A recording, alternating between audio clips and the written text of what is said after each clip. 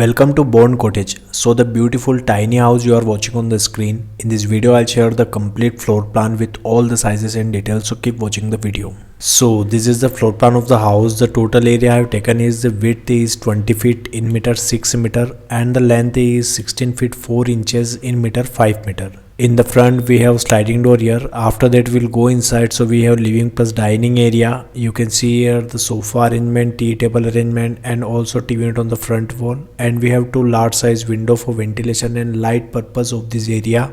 And also on the right side we have dining counter with 3 chairs. And if we go inside, so on the right side we have kitchen platform with burner, sink and refrigerator arrangement. Also we have two large size window for ventilation and light purpose. And if you go on the left side, so we have bedroom here. You can see here the bed arrangement, wardrobe arrangement and a large size window for ventilation and light purpose. Also we have attached washroom plus water closet with this room. You can see here the wash basin, water closet and the shower area. And we have ventilator for ventilation of this washroom. So this is the floor plan of a tiny house you are watching on the screen. If you want your free house design, so comment below. If you like the video, keep watching the video. Stay tuned with my YouTube channel. Thanks for watching this video. Thanks.